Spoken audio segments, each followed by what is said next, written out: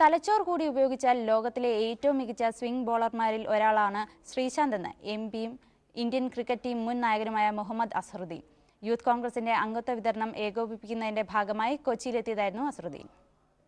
Rajeev Gandhi indoor സ്റ്റേഡിയത്തിൽ രാത്രി ഏറെ വൈകി എത്തുമ്പോഴും അസറിനെ കാത്ത് ആരാധകരുണ്ടായിരുന്നു. മലയാളി താരം ശ്രീശാന്തിനെ കുറിച്ച് അസറിന് നല്ല അഭിപ്രായം.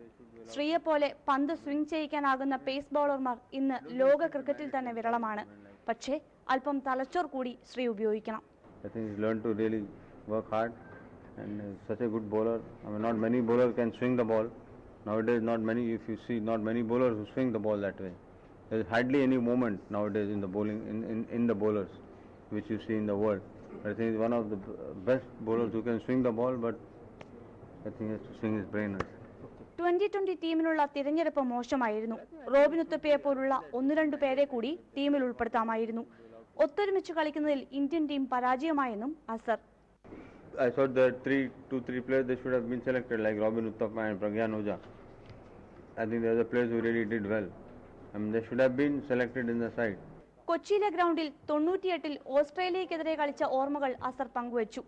കടുത്ത ചൂടെങ്കിലും നല്ല ഗ്രൗണ്ടും കാണികളും. ടെസ്റ്റ് ക്രിക്കറ്റ് വേദി കൊച്ചിയിൽ വേണമെന്ന ആവശ്യം തികച്ചും ന്യായം. ഇൻഡോർ സ്റ്റേഡിയത്തിൽ യൂത്ത് കോൺഗ്രസ് ടീമും ജില്ലാ സീനിയർ ക്രിക്കറ്റ് ടീമുമായി നേരത്തെ നിശ്ചയിച്ച മത്സരം ഉപേക്ഷിച്ചെങ്കിലും ആരാധകർക്ക് വേണ്ടി അസർ ബാറ്റെടുക്കാൻ തയ്യാറായി. KSU സംസ്ഥാന പ്രസിഡന്റ് ഷാഫി പറമ്പിലിറങ്ങിയ 4 ബോളുകളിൽ 1 ബൗണ്ടറിയും 1 സിക്സറും.